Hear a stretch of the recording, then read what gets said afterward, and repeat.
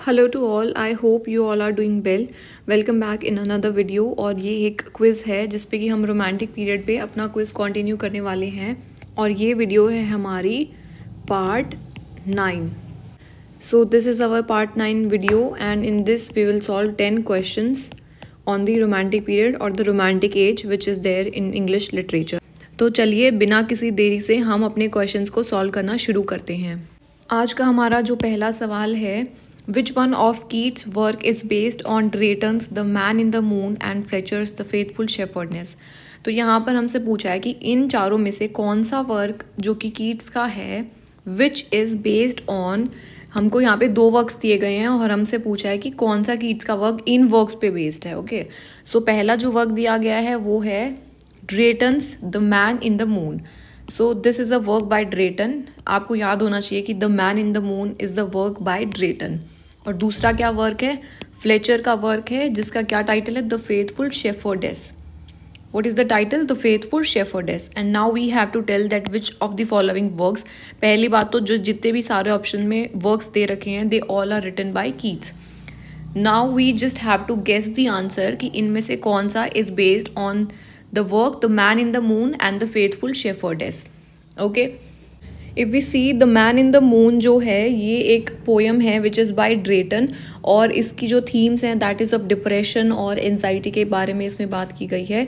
और जो फेथफुल शेफर्डेस है ये एक जैकोबियन प्ले है which is based on sexual jealousy. Right now first option है हमारा इजाबेला। इजाबेला का जो मैंने सब टाइटल आपको बताया था that was the port of BECIL, जिसकी स्टोरी यू कैन रिकॉल कि जिसमें कि जो इजाबेला होती है उसके लवर की मर्डर कर दिया जाता है बाय हर ब्रदर्स। नेक्स्ट था हमारा एंडीमियन अ पोएटिक रोमांस, जिसका पूरा टाइटल था अ पोएटिक रोमांस। और ये जो है ये एक स्टोरी किसकी है? शेफर्ड की है, who falls in love with the goddess. तो गॉडेस और शेफर्ड जो हैं they are in love. Hyperion, a fragment which was left incomplete. And the last option is the Eve of Saint Agnes, जिसमें कि दो lovers हैं who elope from their houses. इसका जो करेक्ट आंसर है that is Endymion. So the right answer here is Endymion. Endymion जिसमें कि a poetic romance जो कि एक शेफर्ड के ऊपर बेस्ड है। तो यू कैन जस्ट गेस और इसको एक कनेक्शन के तौर पे याद कर लो कि जो फेथफुल शेफर्डेस है जैसे कि, तो ये भी शेफर्ड पे बेस्ड है, ये भी ऐसा शेफर्डेस आ रहा है इसमें भी नाम में। then you can recall the answer in the exam clearly without any confusion. Next question पे आ जाते हैं। Which of the following works of Samuel Rogers is a Byronic tale. तो पूछा गया है कि कौन सा वर्क जो कि सैमुअल रॉगर्स का है which is based on a Byronic tale. हमें अच्छे से पता है कि जो बायरॉनिक जो कैरेक्टर डेवलपमेंट हुई है it is developed from Lord Byron. तो उनके नाम पे बायरॉनिक एक कैरेक्टर डेवलप होता है, those who possess the quality of the Lord Byron. तो इसमें जो पहला ऑप्शन है द प्लेजर्स ऑफ मेमोरी, फिर है Columbus, Jacqueline and Italy. So first of all what you have to remember is that these all are what poems. So ये क्या है? सारी की सारी पोएम्स है which are written by Samuel Rogers. तो थोड़ा सा डिफिकल्ट क्वेश्चन है but the correct answer here is Jacqueline. तो यू हैव टू रिमेंबर कि जो जैकलीन जो पोएम है which is written by Samuel Rogers is based on the Byronic tale. और जो जैकलीन है ये क्या है? हमारी एक नेरेटिव पोएम है। नेरेटिव पोएम क्या होता है? A poem which includes different characters. तो उसमें आपको कैरेक्टर्स दिखेंगे, डिफरेंट वॉइसेस दिखेंगी, लेकिन वो पोएम होती है। Coming on to the next question, who said. यहाँ पर एक स्टेटमेंट दी गई है और हमसे पूछ रहे हैं कि who said this statement. Statement को रीड करते हैं सबसे पहले। I awoke one morning and found myself famous. तो उसमें क्या बोल रहे हैं कि मैं एक दिन उठा और अपने आप को मैंने बहुत ही फेमस पाया। Who is saying these lines. क्या ये पीबी शेली ने बोली हैं, या फिर ये लॉर्ड बायरन ने बोली हैं, या फिर ये एजरा पाउंड ने बोली हैं? एजरा पाउंड कौन है? American poet, American poet. या फिर ये थॉमस मूर ने बोली है। थॉमस मोर कौन थे? Thomas More was the person who is famously known for the work Utopia. Okay, Utopia is also called as the place of nowhere because Utopia जैसी कोई प्लेस नहीं होती है। Now coming back to the question, I woke one morning and found myself famous. So these lines are being said by Lord Byron. तो Lord Byron ने ये lines कौन से वर्क के बाद बोली थी? उन्होंने एक पोएम लिखी, एक वर्क लिखा and after that he said these lines that I woke one morning and found myself famous. Can you just guess the name of that work? Try to recall it. उस work का नाम है Childe Harold Pilgrimage, Childe Harold Pilgrimage. Okay, this is the name of the work. ये जब work लिखा था Byron ने, then he became very famous after this work. और जो चाइल्ड हेरोल्ड पिलग्रीमेज है, इसमें क्या है कि this is a long narrative poem. तो ये एक पोएम है, लॉन्ग नैरेटिव पोएम है। नैरेटिव पोएम क्या होती है वो मैंने बता दिया आपको। अब जो चाइल्ड हेरोल्ड पिलग्रिमेज में क्या होता है, जो ये कैरेक्टर है ना हमारा चाइल्ड हेरोल्ड, ये कैरेक्टर का नाम है। He goes on a journey. अब वो विजिट करते हैं डिफरेंट कंट्रीज को, और इसमें नेपोलियन की भी बात करी गई है, that he also saw the Napoleon Wars. और तो ये सारा उसके पिलग्रिमेज के ऊपर बेस्ड है। And this also has some autobiographical elements, because जो लॉर्ड बायरन थे, as he had a lot of money after becoming Lord, so he also visited so many countries. Okay, next question पे आ जाते हैं। Which play of Byron is about an outcast who defies the censure of the world? So now this question, you guys have to answer this question in the comment section. I'll wait for your answers. Next question पे आ जाते हैं। हमारा जो 5th question है, a Byronic hero is one who is। तो इन्होंने हमसे क्वालिटीज़ पूछी हैं कि एक बायरॉनिक हीरो में क्या क्या क्वालिटीज़ होती हैं, हम किस कैरेक्टर को, कौन सी क्वालिटीज़ को हम बायरॉनिक हीरो बोल सकते हैं। We will read the option first.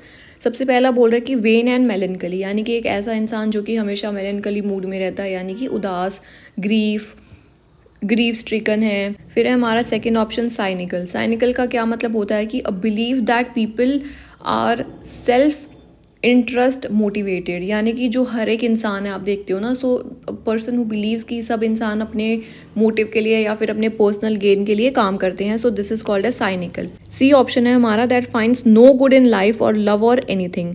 तो कुछ भी उसको अच्छा नहीं लग रहा है, no love, no nothing. So all the above options are correct। और जो बायरॉनिक हीरो है, now you can see that these all are the qualities which are being possessed by the Byronic hero। अगले question पे आ जाते हैं। इसमें हमें कुछ लाइंस दी गई है और हमसे पूछा है कि ये लाइंस किन्होंने लिखी हैं। Okay, so they are asking that who wrote these lines. Lines क्या हैं? It is strange but true, for truth is always strange, stranger than the fiction. Okay, it is strange but true, strange है but it is true, for truth is always strange, stranger than the fiction. Right, so these lines are not said by Keats. Shelley ने भी नहीं बोला है, black ने भी नहीं बोला है, and the correct answer here is our Lord Byron. Now these lines are being said in a work that is the very famous poem which is titled as Don Juan. तो जो Don Juan poem है, ये एक unfinished poem है। First of all, you have to remember these details that it is an unfinished poem। epic poem है, यानी कि बहुत बड़ी poem है, epic poem है, unfinished है, और it is a satirical poem, यानी कि एक satire है, that this is a satirical poem। So this is very famous poem and these lines are being taken from the poem Don Juan, जो कि किन्होंने लिखी है? लॉर्ड बायरन ने लिखी है। नेक्स्ट क्वेश्चन पे आ जाते हैं। लाइन्स दी गई हैं एंड दे आर आस्किंग कि these lines appear in which work. तो हमें बताना है और पूछा गया है कि वो पोएम किन्होंने लिखी है। So first we will read the lines. She walks in beauty like the night, she walks in beauty, okay, like the night, these appears in. So I will tell you the name of the poem, that ये एक poem का ही नाम है, she walks in beauty. This is the name of the poem which is written by Lord Byron. So the correct answer here is our Lord Byron. तो Lord Byron जो हैं, उन्होंने एक पोएम लिखी है शी वॉक्स इन ब्यूटी, और ये उसकी फर्स्ट लाइन है, the starting line of the poem. Okay, next question है Shelley was influenced by which book. Now they have given 4 books और पूछा है जो पीबी शेली है उन पे सबसे ज़्यादा प्रभाव कौन सी बुक का पड़ा था। एज यू नो दैट जो पीबी शेली है, he married the daughter of a great political philosopher, that is Mary Shelley। Now I hope that you can get to the answer। First option है हमारा the Medal. जो the Medal है, this is written by John Dryden, John Dryden. Second option है Political Justice, जो कि anarchy को discuss करता है। अनार्की क्या होता है? Who do not believe in the government, और सोचते हैं कि सब गवर्नमेंट ही करप्ट है। So this book is written by William Godwin। William Godwin कौन थे? William Godwin was the father of Mary Shelley, और मैरी शेली ने किसके साथ शादी करी है? With PB Shelley. नेक्स्ट है हमारा ऑप्शन द सीजन्स। जो द सीजन्स है, it is a poem which is written by James Thomson. तो जो जेम्स थॉमसन है उन्होंने द सीजन्स पोएम लिखी है। लास्ट ऑप्शन है हमारा सॉन्ग्स ऑफ इनोसेंस। जो सॉन्ग्स ऑफ इनोसेंस है, this is a collection of poem by William Blake. और ये बहुत इंपॉर्टेंट है, songs of innocence. So this is very important, songs of innocence. तो इसका जो करेक्ट आंसर है, जो हमारे पीबी शेली हैं, he was very much influenced by the book of William Godwin का कौन सा बुक है? Political justice. So political justice was the book जिसने बहुत ज़्यादा इम्पैक्ट करा है शेली को, और यही बुक है जिसने विलियम वर्ड्सवर्थ को भी इंस्पायर किया था। नेक्स्ट क्वेश्चन पे आ जाते हैं। इसमें हमसे कुछ लाइंस दी गई हैं और फिर से हमसे पूछा है कि ये लाइंस कहाँ से ली गई हैं। लाइंस को रीड करते हैं। The desire of the moth for the star, of the night for the morrow, the devotion to something afar from the sphere of our sorrow. तो बहुत ही डिफ़िकल्ट क्वेश्चन है, मतलब हमने ये पोएम पढ़ी भी नहीं होती है generally. So I tell you the answer. जो कॉलरेज है उन्होंने नहीं लिखा है, मैथ्यू आर्नोल्ड जो विक्टोरियन क्रिटिक है उन्होंने भी नहीं लिखा है, जॉन डन जो कि ग्रेट मेटाफिजिकल पोएट थे उन्होंने भी नहीं लिखा है, and the correct answer of this question is P B Shelley. अब जो पोएम का नाम है ना, वो पोएम का नाम है टू। तो two is the name of the poem, और छोटी सी पोएम है, मतलब 2-3 स्टैंजाज हैं, और उसी में से ये लाइन्स ली गई हैं। लाइन्स क्या थी हमारी? The desire of the moth of the star, of the night of the morrow, the devotion to something afar from the sphere of our sorrow. Okay, coming on to the last question of this video. ये पूछ रहा है कि for which book was Shelley expelled from Oxford. जैसा कि हम जानते हैं जो पीबी शेली थे, he was being expelled from the Oxford. तो ऑक्सफोर्ड में पढ़ने गए थे तो उनको वहाँ से बाहर निकाल दिया गया था। नाउ दे आर आस्किंग, और इस क्वेश्चन में हमसे पूछा है कि कौन सा वर्क लिखने के बाद शेली को ऑक्सफोर्ड से निकाल दिया गया था। तो first we will see at the options. पहला है हमारा क्वीन मैब, जो कि एक फिलोसफिकल पोएम है which is written by P B Shelley. The necessity of atheism, यानी कि एथिज्म बहुत ही एक ज़रूरी चीज़ है, तो उस पर लिखा है necessity of atheism, which was also written by P B Shelley. Alastor and the Cenci. The Cenci हमने ऑलरेडी डिस्कस किया था, that it is a tragedy, tragic play है ये Cenci in 5 acts, which is also written by P.B. Shelley.